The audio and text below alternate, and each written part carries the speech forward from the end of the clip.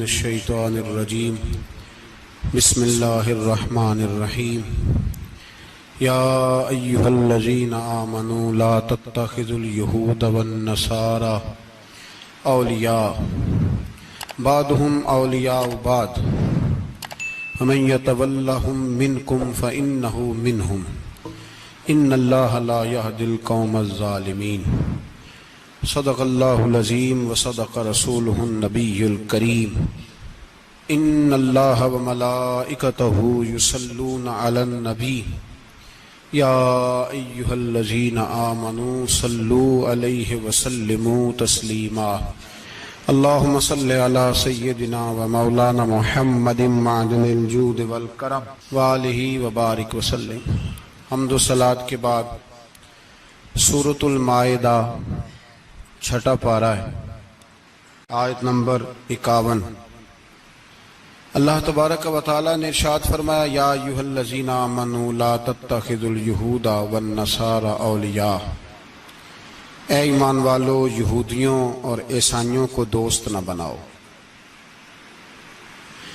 یہ مضمون قرآن پاک کی بہت ساری آیات میں، اس آیت کا انداز ذرا تھوڑا نرالا ہے۔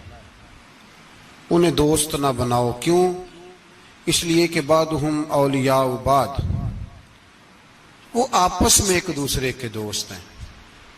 تمہارے دوست وہ آپس میں ایک دوسرے کے دوست۔ قرآن پاک ہمارے ذہنوں پر بڑی ٹھنڈی، بڑی خوبصورت دستک دیتا ہے۔ اے ایمان والو، انہیں اپنا دوست نہ بناؤ، اس لیے کہ یہودی اور عیسائی آپس میں ایک دوسرے کے دوست ہیں۔ اتنا بھی کافی تھا، لیکن اللہ تبارک و تعالی نے معیار ہی بدل دیا اور اتنا بڑا حکم ارشاد فرمایا۔ اس آیہ مقدسہ نے ہر چیز کو اپنے دامن میں سمیٹ کے رکھ دیا۔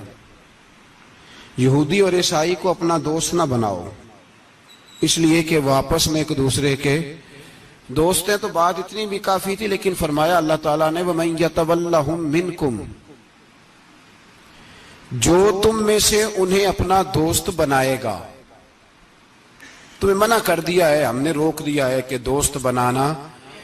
اور اگر وَمَن يَتَوَلَّهُم مِّنكُمْ، جو تم میں سے، وَمَن يَتَوَلَّهُم مِّنكُمْ، جو بھی تم میں سے انہیں اپنا دوست بنائے گا فَإِنَّهُ مِنْهُمْ، تو وہ انہی میں سے ہے۔ تمہیں بتا دیا ہے کہ دوست یہودی اور عیسائی کو کبھی دوست بنانا، اور اگر بناؤ گے تو پھر تم، اور پھر جو قرآن مجید نے بات اس آیہ مقدسہ کو جو ختم فرمایا تو فرمایا ان اللہ لا یہدی القوم الظالمین، بے شک اللہ ظالموں کی قوم کو ہدایت نہیں دیتا۔ ظلم کرنے والوں کے نصیب میں ہدایت نہیں ہوتی۔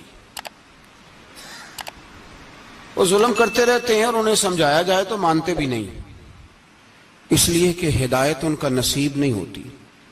میرے بھائی، دنیا میں بد نصیب ہے وہ شخص جو غلطی کرتا ہے اور پھر مانتا بھی نہیں، اور دنیا میں کم ظرف ہیں وہ لوگ، کم ظرف جو اپنے ظالم ہونے کے باوجود ظلم پر وضاحتیں پیش کرتے ہیں، اپنی غلطیوں کا اعتراف کرنے کی بجائے ان پر دلیلیں دیتے ہیں، چھوٹے ظرف کے لوگ۔ اللہ تبارک و تعالیٰ نے فرمایا یہودی اور عیسائی کو کبھی دوست نہ بنانا۔ میرے بھائیوں، میرے بزرگوں، میرے دوستوں، ہمارا دین تعصب سے پاک ہے، لیکن تسلب کا حامی ہے۔ تعصب کا مطلب یہ ہوتا ہے کہ کہنا مار دو دوسرے کو، برداشت ہی نہ کرو، اور تسلب کا مطلب یہ ہوتا ہے کہ اپنے دین میں پختہ ہو جاؤ، اپنے دین میں پکے ہو جاؤ۔ اب ہم نا ہر روز نماز کی نیت باندھتے ہیں، اللہ اکبر، سورۃ فاتحہ پڑھتے ہیں، اہدنا الصراط المستقیم صراط الذین انعمت علیہم، اتنی بھی بات بڑی تھی، کافی تھی۔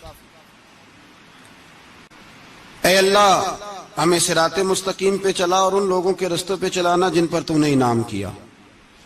بڑی بات تھی، مثبت بات ہو گئی، منفی بات کی ضرورت نہ تھی. لیکن اللہ تبارک و تعالیٰ نے فرمایا کہ جہاں تم مجھ سے یہ دعا مانگو نا کہ صراط الذین انعمت علیہم، یا اللہ ان لوگوں کے رستوں پہ چلا جن پر تو نے انعام کیا، انبیاء، صلحاء، اتقیاء، صوفیاء، اولیاء، جہاں یہ دعا مانگنی ہے نا، ساتھ ایک اور بات بھی تم نے کرنی ہے. وہ کیا ہے؟ غیر المغضوب علیہم ولا الضالین. اے اللہ ان سے ہمیں بچا جن پر تیرا غضب ہوا، ان کے رستے پہ نہ چلانا جن پہ تیرا غضب ہوا اور جو گمراہ ہو گئے. اب دو باتیں سمجھ میں آئیں کہ مومن کو اپنے عقیدے سے پیار کرنا ہے اور کافر کے عقیدے سے اظہار بیزاری کرنا ہے، ان کے نظریے سے، ان کے عقیدے سے نفرت کرنی ہے. کافر کے عقیدے اور نظریے سے، اس کا کیا مطلب ہے؟ تسلب کا مطلب ہوتا ہے اپنے دین میں پکا ہونا. دو تین جملوں میں بات سمجھاتا ہوں، اگر آپ کی سمجھ میں آئی تو بڑا بہتر ہوگا. دو تین جملوں میں تسلب، پکا ہونا، اس کا کیا مطلب ہے؟ اس کا مطلب یہ ہے کہ اپنی آنکھوں پر جو تم نے اینک لگانی ہے وہ دین کی اینک لگانی ہے. جو چیز بھی دیکھنی ہے وہ دین کی آنکھ سے دیکھنی ہے. جو کچھ بھی تم نے چاہنا ہے، بڑی بات کر رہا ہوں اگر آپ سمجھے تو، جو بھی تم نے دیکھنا ہے دین کی اینک سے دیکھنا ہے. جو تم نے چاہنا ہے وہ دین کے دل کے ساتھ چاہنا ہے، اور جو تم نے سوچنا ہے وہ دین کے دماغ کے ساتھ سوچنا ہے. اس کا ترجمہ اقبال نے کیا، کہنے لگے قوم مذہب سے ہے، مذہب جو نہیں. قوم کس سے ہے؟ قوم مذہب سے ہے، مذہب جو نہیں. اور فاضل بریلوی کہتے ہیں دہن میں زبان تمہارے لیے اور بدن میں ہے جان تمہارے لیے. ہم آئے یہاں تمہارے لیے تو اٹھیں بھی وہاں تمہارے لیے. اپنی ہر چیز، ہر نقطہ نظر میں پہلے دین، اس کے بعد کوئی اور. کافر کے عقیدے سے ہمارے زمانے میں نا فلسفی، منطقی، ادیب، شاعر، ملنگ، تلنگ، یہ بڑی جماعتیں. کھچڑی ہے، کھچڑی. اب وہ کھچڑی ایک نیا درس دیتی ہے. وہ کھچڑی یہ کہتی ہے کہ یہ سارے اللہ کو پکارتے ہیں، سارے اسی کے نام ہیں. یہ سارے، ہمارے ایک سابق وزیر اعظم نے بھی کہا تھا، ایک نوجوان کی عادت دی ہے گھسی پٹی جماعت نے، وہ بھی یہی کہتے ہیں. ہولی پہ بھی چلے جاؤ، دیوالی پہ بھی چلے جاؤ، ہندوؤں کے مندر میں بھی چلے جاؤ، وہ کہتے ہیں سارے اسی کے نام ہے. جو بت کو پکار رہا ہے وہ بھی اسی کو ہی پکار رہا ہے، معاذ اللہ. جو رام رام کہہ رہا ہے وہ بھی اصل وہی ہے. وہ بیوقوف ہو. اگر بت کو پکارنے والا بھی کسی نہ کسی رنگ میں اللہ کو ہی پکار رہا تھا، معاذ اللہ، تو پھر نبی پاک صلی اللہ علیہ وسلم کو کیا ضرورت تھی بتوں کا مقابلہ کرنے کی؟ تم نے تو سارا دین ہی مشکوک کر دیا ہے. ہر شے مشکوک ہو گئی. جو بتوں کو پکار رہا ہے وہ بھی اسی کو پکار رہا ہے، جو رام کہہ رہا ہے وہ بھی اسی کو کہہ رہا ہے، جو پتھر پوج رہا ہے وہ بھی. کیا تماشا لگایا ہوا ہے. اللہ تبارک و تعالیٰ تو اتنا غیور ہے، وہ کہتا ہے ان اللہ لا یغفر ان یشرک بہ ویغفر ما دون ذلک لمن یشاء. میں ہر چیز بخش دوں گا، میرے ساتھ کسی کو شریک نہ بنانا، میں اس کی معافی نہیں دوں گا. اللہ کے پیارے پیغمبر حضرت عزیر، جناب عیسیٰ علیہ السلام کو جب لوگوں نے معاذ اللہ خدا کا بیٹا کہا تو رب تبارک و تعالیٰ نے قرآن پاک کی آیتیں نازل فرمائی. فرمایا یہ جھوٹ بولتے، یہ ظلم کرتے ہیں اپنی جانوں پر. او بھائی، یہ کھچڑی جو پکا رہے ہیں نا ملنگ لوگ، ادیب لوگ، سارے اسی کے نام ہیں. اس کا ایک ہی نام ہے، لا الہ الا اللہ، لا الہ الا اللہ، لا الہ الا اللہ. اس کے سوا کوئی بھی معبود ہو ہی نہیں سکتا، سوال ہی نہیں. او خدا کے بندے، یہ فلسفہ. اور پھر ہم سیانے بڑے ہیں، ہمارے دلوں میں رحمت بڑی ہے، نرمی بڑی ہے. کافر کے حق میں، مشرک کے حق میں سارے بھی اسی کو پکارتے ہیں. تو زیادہ مہربانی کرنے والا ہے یا نبی پاک زیادہ رحمت للعالمین ہے؟ حضور نے تو فرمایا بت کے پجاری سے جہاد ہوگا تلوار کے ساتھ، پنڈت اور جوگی کاٹے جائیں گے تلوار کے ساتھ. جو اللہ تبارک و تعالیٰ کی توحید میں کسی کو شریک کرے گا مسلمان اس کے خلاف اٹھیں گے. تم کہہ رہا سارے یہ ایک ہیں. تسلب نہیں، دین کی پختگی نہیں. ہمارے ہاں لوگ مسئلہ پوچھتے ہیں پاکستان میں جو عیسائی رہتے ہیں نا وہ غریب ہیں، پاکستان میں جو عیسائی رہتے ہیں نا وہ، اور جو امریکہ میں رہتے ہیں. پاکستان کے اندر جو لوگ ہیں نا وہ مسئلہ پوچھتے ہیں، کہتے ہیں جی عیسائیوں کے ساتھ کھانا پینا جائز ہے. میں نے کہا امریکہ میں جب رہتے ہو تب کیوں نہیں پوچھتے؟ یہاں تم مسئلہ پوچھتے ہیں نا لوگ عیسائیوں کے ساتھ کھانا پینا جائز ہے کہ ناجائز، اور وہاں جب تمہیں ضرورت ہوتی ہے پاسپورٹ کی تو عیسائی بی بی سے نکاح کر لیتے ہو. اور پوچھو نا اپنے ملک کے سیاستدانوں سے، پوچھو ان سے کہ تمہارے بچے جو جا کے وہاں روٹیاں کھاتے ہیں تو کون سے ہوٹل ہیں جہاں بالکل جائز تمہارے لیے علیحدہ سے پکتا ہے؟ وہ جو تم نے وہاں رشتہ داریاں کی ہوئی ہیں، تمہارے بچے وہاں رہ رہے ہیں تو وہاں مسئلے نہیں یاد؟ اگر ایک غریب نالی صاف کرنے والا عیسائی آئے تو اس کے بارے میں فتویٰ ہے کہ اس کے ساتھ روٹی نہیں کھانی، اور ٹرمپ آ جائے تو پھر کوئی مولوی مسئلہ نہیں پوچھتا کہ اس کے ساتھ کھانا جائز ہے کہ ناجائز ہے. ہمارا وہ جو کفر کے معاملے میں اظہار بیزاری تھا، نفرت کافر کے عقیدے سے، ہم کبھی نہیں کہتے کہ عیسائیوں کے مندروں کو آگ لگا دو. کبھی جلوس لے کے گئے ہیں کہ مندر گرانا ہے؟ بولے ان کا گرجا کبھی گرایا ہے؟ ہندو کا مندر، مرزئی کی عبادت گاہ اقلیت قرار دے دیا، ٹھیک ہے جہاں عیسائی علیحدہ سے اپنا کام کر رہے ہیں تم بھی کرو. لیکن ہم ان کے عقیدے کے کبھی بھی حامی نہیں ہو سکتے. اگر کہیں کہ عیسائی بھی صحیح کہہ رہا ہے، حضرت مریم کو اللہ کی بیوی کہہ رہا ہے، جناب عیسیٰ کو اللہ کا بیٹا کہہ رہا ہے، اور تو کہے سارے اسی کے نام ہیں،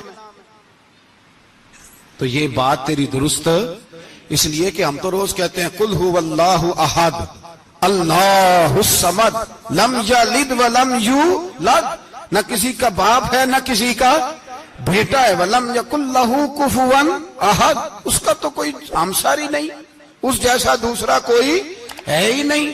تو بھائی جس عقیدے کا تو اعلان کر رہا ہے، جو آدمی تیرے عقیدے کے خلاف چل رہا ہے اس کو تو نے صحیح کیسے کہہ دیا؟ یہ کیسے ہو؟ تو میرے بھائی اسلام یہ کہتا ہے کہ اساس، بنیاد، نظریہ، تو اپنے نظریے پہ ناز کرے گا، دوسرے کے نظریے سے اظہار بیزاری کرے گا. اور بھائی جاگو اور بس کر دو، جاگ جاؤ. اساس، بنیاد، نظریہ اصل ہے، اور اصل پر سمجھوتا ہو سکتا؟ ہو ہی نہیں سکتا. بخاری شریف میں ایک حدیث ہے، بات مضبوط کرنے کے لیے عرض کرتا ہوں. حضرت یحییٰ ایک تابعی بزرگ ہے، وہ کہتے ہیں حضرت عبداللہ ابن عمر رضی اللہ تعالیٰ عنہ میرے پاس آئے تو میں نے ان سے کہا حضور ہمارے محلے میں ایک جماعت رہتی ہے مسلمانوں کی،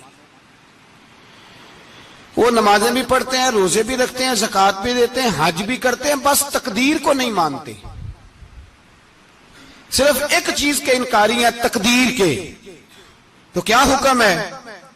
تو آپ فرمانے لگے ان سے کہہ دو کہ ہمارا تمہارا کوئی تعلق نہیں، ان سے کہہ دو ہمارا تمہارا کوئی رشتہ نہیں، ہمارا تمہارا کوئی کسی قسم کا رابطہ.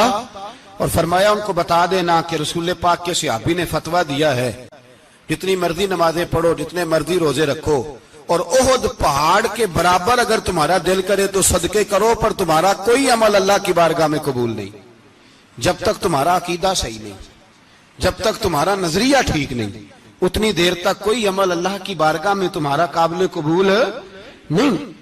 اساس پر، بنیاد پر کوئی سمجھوتا ہو سکتا؟ بنیادوں پر سمجھوتے نہیں ہوتے بھائی. اور ایک ہوتا ہے گناہگار، ایک ہوتا ہے غدار. گناہگار اور غدار میں بڑا فرق ہوتا ہے. ایک آدمی شراب پیتا ہے، کسی نے اس کو منع کیا تو اس نے کہا یار میری غلطی ہے، آئندہ نہیں پیوں گا، وہ گناہگار ہے. ایک نے کہا نہیں پینی چاہیے، وہ کافر ہے. ایک نماز نہیں پڑھتا، اس کو کہا پڑھ، بہانے لگاتا ہے کپڑے نہیں صحیح، رمضان سے شروع کروں گا، کوشش ہے بس، وہ گناہگار ہے. ایک کہتا ہے نماز پڑھنی نہیں چاہیے، وہ کافر ہے. ایک کے جیب میں پیسے تھے، حج کرنے نہیں گیا، بہت بڑا گناہ کیا۔ ایک کہتا ہے حج کرنا ہی نہیں چاہیے، وہ کافر ہو گیا۔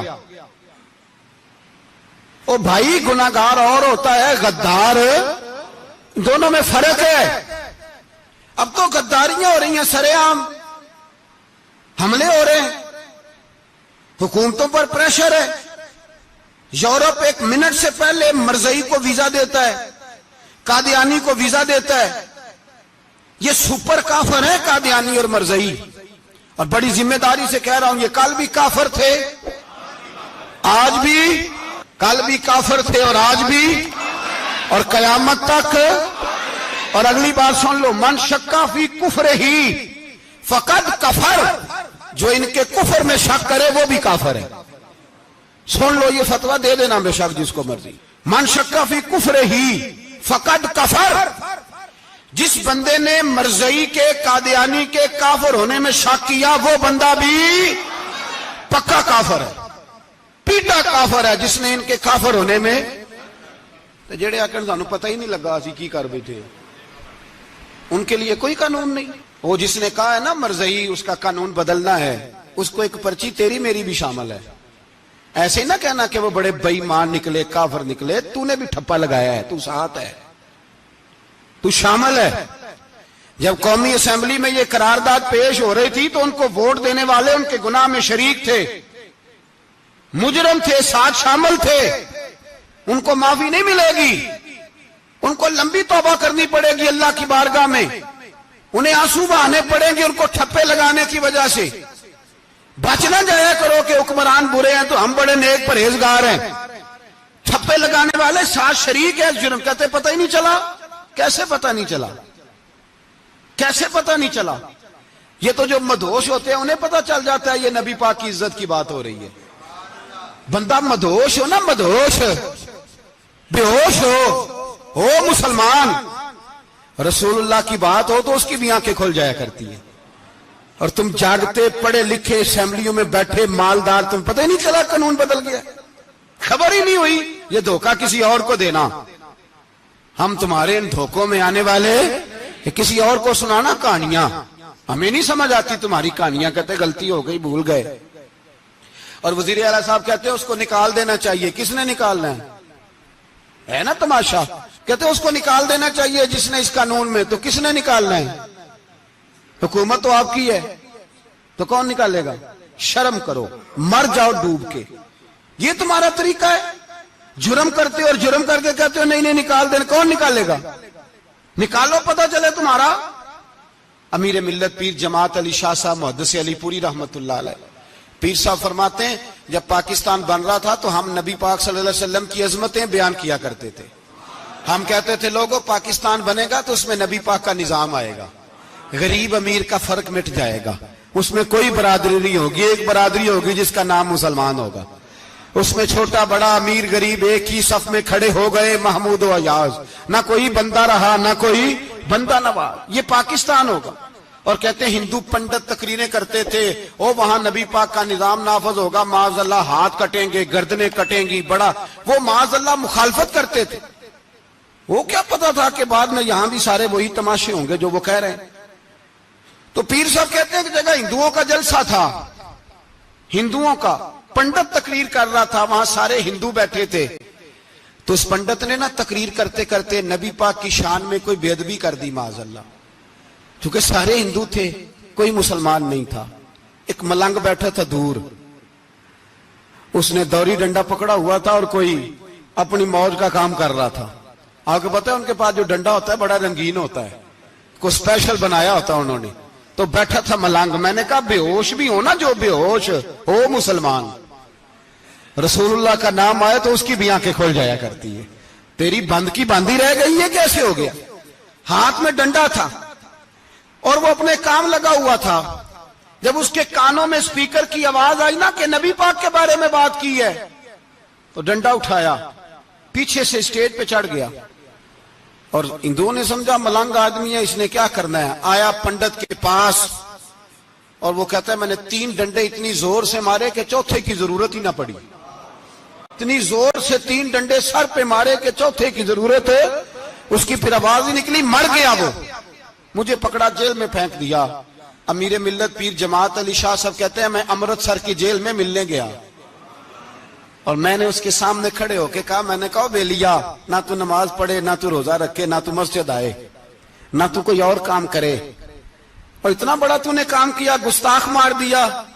تو پیر صاحب کہتے ہیں وہ ملنگ اپنے پیروں پہ اٹھ کے کھڑا ہو گیا اور اس کی آنکھوں میں آنسو تھے اور میری طرف دیکھ کے کہنے لگا, پیر جی میں نے لمیاں گلاں تے نہیں آندیاں, میں ان پڑھا چوکھا تے نے مینوں پتا گناہگار ہاں, بڑا گناہگار ہاں, بڑا گناہگار ہاں, بڑا گناہگار, بڑا گناہگار ہاں, پر قسم اللہ دی عزت دی میں گناہگار ہاں پر اپنے نبی دا غدار نہیں, گناہگار ہاں پر رسول اللہ دا غدار کوئی بات نہیں. اگر کوتاہیاں کرتا ہوں تو یہ تو نہیں نہ ہو سکتا کہ اونچی اور سچی سرکار کی کو میرے سامنے بے ادبی کر کے چلا جائے.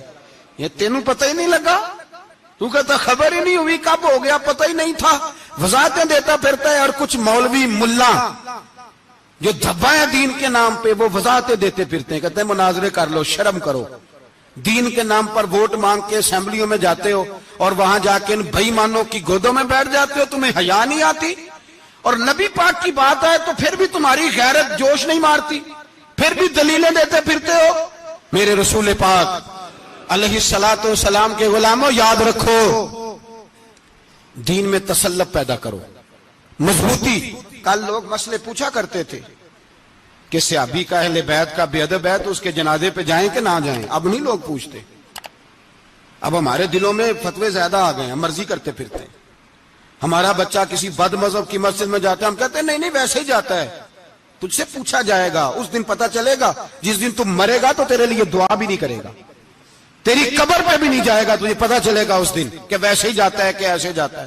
کوئی پابندی نہیں, کوئی تسلط بھی نہیں, عقیدے میں ایمان میں کوئی پختگی نہیں, ہمیں خیال ہی نہیں کہ کدھر جا رہی ہیں اولادیں, سوچتے ہی نہیں. ہم خیال ہونا چاہیے, سمجھ ہونی چاہیے. میرے رسول پاک علیہ الصلوۃ والسلام کے صحابہ میں تسلط تھا, تسلط.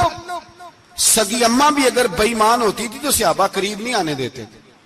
حضرت اسماء بنت ابی بکر صدیق ان کی ماں مشرکہ تھی.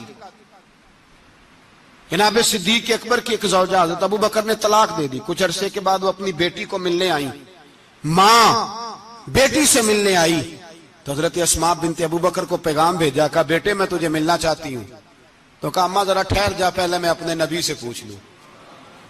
پہلے اپنے ماں بعد میں ہے, نبی پہلے ہے.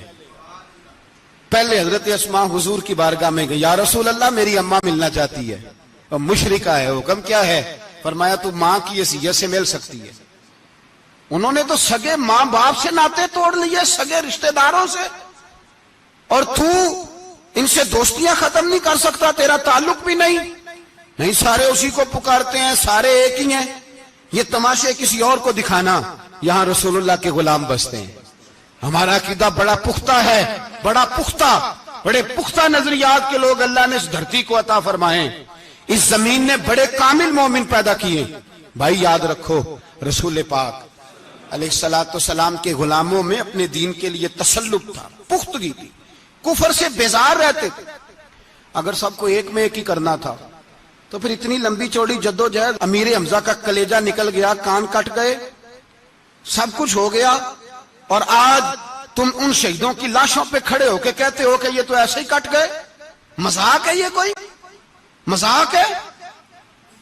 اصل بات بتاؤں آپ کو کیا ہے, دین مفت میں ملا ہے, اور جو شے مفت مل جاتی ہے اس کی قدر نہیں ہوتی. قدر دین نبی دا ایک ہی جانن دنیا دار کمینے, دین نبی دا جانن والے سونگے وچ مدینے. تجھے کیا پتا, تجھے کیا خبر اس دین کی؟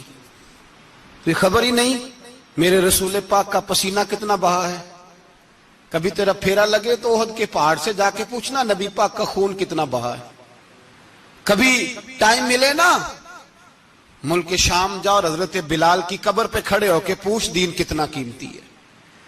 اور پھر اس سے زیادہ بات پوچھنی ہو نا کبھی تو مدائن جا, حضرت سلمان فارسی کے مزار کے پاس ان سے پوچھ دین کی قیمت کتنی ہے. وہ تجھے بتائیں گے کہ کئی 100 سال لگ گئے نبی پاک کے قدموں میں پہنچنے تک. 100 سال, کئی 100 سال. اور اگر پھر بھی تجھے تسلی نہ ہو تو جنت البقیع میں جا اور سیدہ طیبہ طاہرہ حضرت فاطمہ الزہرا سے پوچھ، ان سے پوچھ بی بی اس دین کی قدر کیا ہے.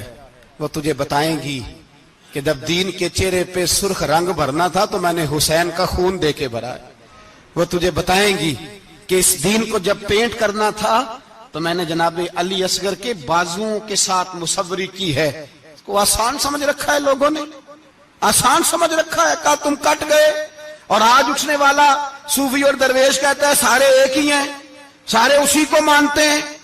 جس سیاستدان کا دل کرتا ہے وہ جا کے مندروں میں پوجا کر آتا ہے، جس کا دل کرتا ہے وہ جا کے ہندوؤں کی ہولی اور دیوالی میں شریک ہو جاتا ہے. سب ایک ہی ہیں. اگر ایک ہی تھے تو حسین کا علی اصغر کیوں شہید ہوا؟ اگر سب ایک ہی تھے تو جناب علی اکبر کیوں شہید ہوئے؟ سارے ایک ہی تھے تو پھر ٹھیک ہے، مست رہنا چاہیے تھا. یہ مذاق ہے اتنی قربانیاں؟ شرم ہی نہیں آتی بات کرتے ہوئے؟ جاگو اور اپنے دین کو سمجھو. میرے رسول پاک علیہ الصلوۃ والسلام نے جو دین دیا اس میں تسلب ہے، تسلب، کفر سے بیزاری. کتنی بیزاری؟ حضرت ام حبیبہ رضی اللہ تعالیٰ عنہ ام المومنین ہے، یہ ہماری اماں ہیں. ام، ماؤں کے نام تو بچوں کو آنے چاہیے نا.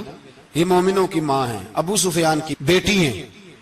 حضرت ابو سفیان رضی اللہ تعالیٰ عنہ کی بیٹی نبی پاک کی زوجہ ہیں. جناب امیر معاویہ رضی اللہ تعالیٰ عنہ کی سگی بہن حضور کی زوجہ تھی.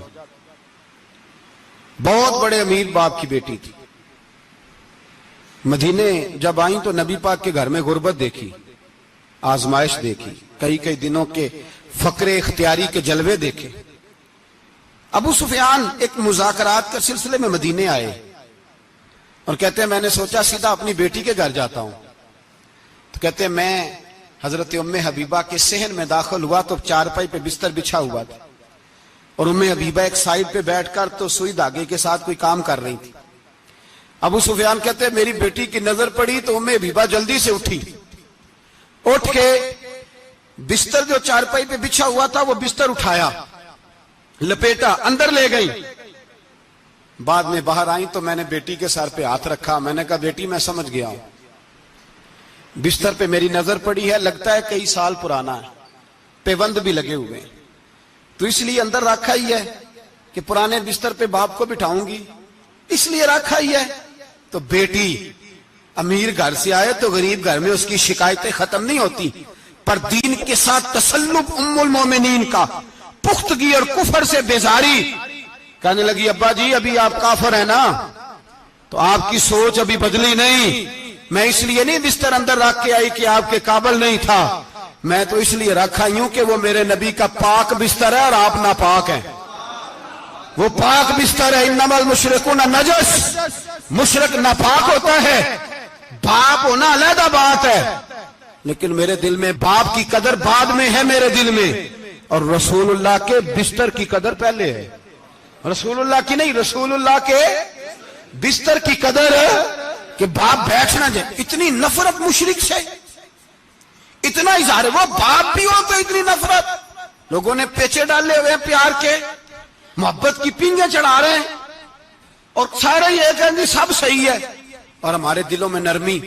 ہمارا اپنا جوان باہر جاتا ہے، وہ یہ نہیں دیکھتا کہ میں جس سے شادی کرنے لگا ہوں نیشنلٹی زیادہ ضروری ہے کہ ایمان، پیسے زیادہ ضروری کہ ایمان، دین زیادہ ضروری کہ دولت. عجیب تماشا ہے. بیچتے پھرتے ہیں، فار سیل کر دیا مذہب کو. تسلب ہی نہیں، کوئی خیال ہی نہیں، توجہ ہی نہیں ہماری. میرے رسول پاک علیہ الصلوۃ والسلام کے صحابہ جو چٹان تھے دین کے معاملے میں، اپنا پیارا بھی سامنے آتا تھا تو کافر سمجھ کے قتل کر دیتے، اس لیے کہ وہ سمجھتے تھے قوم مذہب سے ہے، مذہب جو نہیں تم بھی نہیں. اگر دین نہیں رہے گا تو کوئی شے باقی نہیں رہے. یاد رکھنا، اگر دین نہیں رہے گا. میرے حبیب پاک علیہ الصلوۃ والسلام کے غلاموں کا یہ حال تھا. احد کے اندر افواہ پھیل گئی کہ حضور شہید ہو گئے. حضرت انس بن مالک کے چچا تھے انس بن نضر رضی اللہ تعالیٰ. جب افواہ پھیلی نا حضور شہید ہو گئے تو جناب انس بن نضر اٹھے، تلوار پکڑی، صحابہ سے کہنے لگے یہاں کیوں بیٹھے ہو؟ کہا حضور شہید ہو گئے، ہم کیا کریں؟ فرمایا حضور شہید ہو گئے تو ہم زندہ رہ کے کیا کریں گے؟ یہاں کیوں بیٹھے ہو؟ ہمارا جینا بھی مصطفیٰ کے لیے، مرنا بھی مصطفیٰ کے لیے۔ اگر حضور علیہ الصلوۃ والسلام وصال کر گئے تو اٹھو، ان بے ایمانوں سے لڑتے ہیں جنہوں نے مصطفیٰ کو شہید کیا ہے، اٹھو۔ حضرت انس بن نضر میدان میں نکلے، اس طرح لڑے کہ صحابہ کہتے ہیں نہ زخموں کی پرواہ، تیر برستے رہے پرواہ کوئی نہیں، تلواریں چلتی رہیں پرواہ کوئی نہیں، ان کے وجود پر نیزوں کے زخم آتے رہے پرواہ کوئی نہیں۔ حضرت انس بن نضر اتنا لڑے کہ شہید ہو گئے، اور جب شہادت کے بعد ان کی لاش دیکھی تو 80 زخم نظر آئے، تلواروں کے، نیزوں کے 80 زخم۔ حضور کے لیے ان لوگوں نے جانیں دے دی، پرواہ نہیں کی۔ یہاں اس مسئلے کو ہمارے ہاں لوگ سمجھتے ہی نہیں۔ ختم نبوت کا مسئلہ بڑا حساس مسئلہ ہے۔ ما کان محمد ابا احد من رجالکم ولکن رسول اللہ وخاتم النبیین۔ ہم ختم بھی پڑھے نہ کسی کا تو اس میں بھی ختم نبوت والی آیت پڑھتے ہیں، اس لیے کہ یہ بنیادی مسئلہ ہے۔ ہم لوگوں کو بتاتے ہیں کہ جو مرنے والا گیا ہے نا دنیا سے، وہ نبی پاک کی ختم نبوت کا اعلان کرتا ہوا گیا ہے۔ ہم لوگوں کو یہ بات بتلاتے ہیں، میرے حبیب پاک علیہ الصلوۃ والسلام کی 150 کے قریب حدیثیں ہیں کہ میں آخری نبی ہوں، میرے بعد کوئی نبی نہیں ہے۔ 150 کے قریب حدیثوں میں حضور نے ارشاد فرمایا، جگہ جگہ محبوب پاک نے وضاحت فرمائی کہ میں آخری نبی ہوں، میرے بعد کوئی نبی ہو سکتا، وضاحت۔ اور ہمارے علماء نے لکھا ہے جو دعویٰ کرے کہ میں نبی ہوں، اور جس بندے نے اس سے یہ کہا کہ چل کوئی دلیل دکھا، وہ بھی کافر ہو گیا، وہ بھی کافر۔ کیوں تو نے یہ سوال کیا؟ یہ حساس نوعیت کا مسئلہ ہے۔ میرے رسول پاک علیہ السلام کے غلاموں نے ایک پیغام دیا ہے ہمیں، اس پیغام کو یاد رکھنا۔ حضرت سعد بن ربیع رضی اللہ تعالیٰ عنہ کو احد کے میدان میں اتنے زخم لگے کہ اٹھا نہیں جاتا تھا۔ نبی پاک صلی اللہ علیہ وسلم نے فرمایا جاؤ کو میرے سعد بن ربیع کا پتہ کرو وہ کہاں ہے۔ صحابہ آئے تو فرماتے ہیں جب ہم ان کے پاس پہنچے تو ان کی روح پرواز کر رہی تھی، آخری لفظ انہوں نے ادا کیے، کہنے لگے ادھر آؤ صحابہ، ادھر آؤ، میری وصیت سن لو۔ ہم قریب گئے، ہم نے کہا شاید بچوں کے بارے میں، اولاد کے بارے میں، گھر کے بارے میں کوئی وصیت کریں گے۔ تو حضرت سعد بن ربیع نے وصیت فرمائی، کہنے لگے جا کے نبی پاک کے غلاموں کو میرا پیغام دے دینا، جا کے امت مسلمہ کو میرا پیغام دے دینا کہ مسلمانوں اگر تم میں سے ایک بھی زندہ ہوا اور نبی پاک کی ناموس پر کوئی حرف آیا تو پھر اللہ کی بارگاہ میں تمہارا کوئی عذر قبول نہیں کیا جائے گا۔ یہ میدان احد میں سر سے لے کر پاؤں تک زخم لگے ہوئے ایک صحابی کا پیغام ہے امت مسلمہ کے نام۔ حضرت سعد بن ربیع رضی اللہ تعالیٰ عنہ فرمانے لگے میں مرتے وقت مسلمانوں کو پیغام دے کے جا رہا ہوں کہ اگر حضور کی عزت پر، ناموس پر، نبی پاک صلی اللہ علیہ وسلم کی ذات پر ذرا سا بھی حرف آیا اور مسلمان زندہ ہوئے، اور پھر اگر وہ سمجھیں کہ ہمیں اللہ کی بارگاہ سے معافی مل جائے گی، تو یاد رکھنا رب ہر بات معاف کرے گا، اس بات میں تمہیں اللہ معافی، اس میں تمہیں یہ پیغام دیا سعد بن ربیع نے، اور امت کو سمجھایا کہ ہر بات میں کمپرومائز کر لینا، رسول اللہ کی ذات کے بارے میں کمپرومائز نہ کرنا۔ جب سے مرزائیوں کو ان سپر کافروں کو اقلیت قرار دیا گیا ہے، اس کے بعد کسی مرزائی کی عبادت گاہ جلائی ہے مسلمانوں نے؟ بولے کبھی کسی مرزائی کے ساتھ مسلمانوں نے کوئی ظلم کیا ہے؟ بعد میں ٹھیک ہے اپنی عبادت کر رہے ہیں جس طرح بھی کر رہے ہیں، باقی اقلیتیں بھی رہیں۔ کبھی دوبارہ علماء نے یہ تحریک چلائی ہے کہ انہیں پاکستان سے نکالو، یہ کیوں بستے ہیں یہاں؟ اقلیت ہے تو رہنے دو۔ جو بے ایمان ہے، کافر ہے، اسے گھسیٹ کے دین میں کیوں لاتے ہو جب وہ آنا نہیں چاہ رہا؟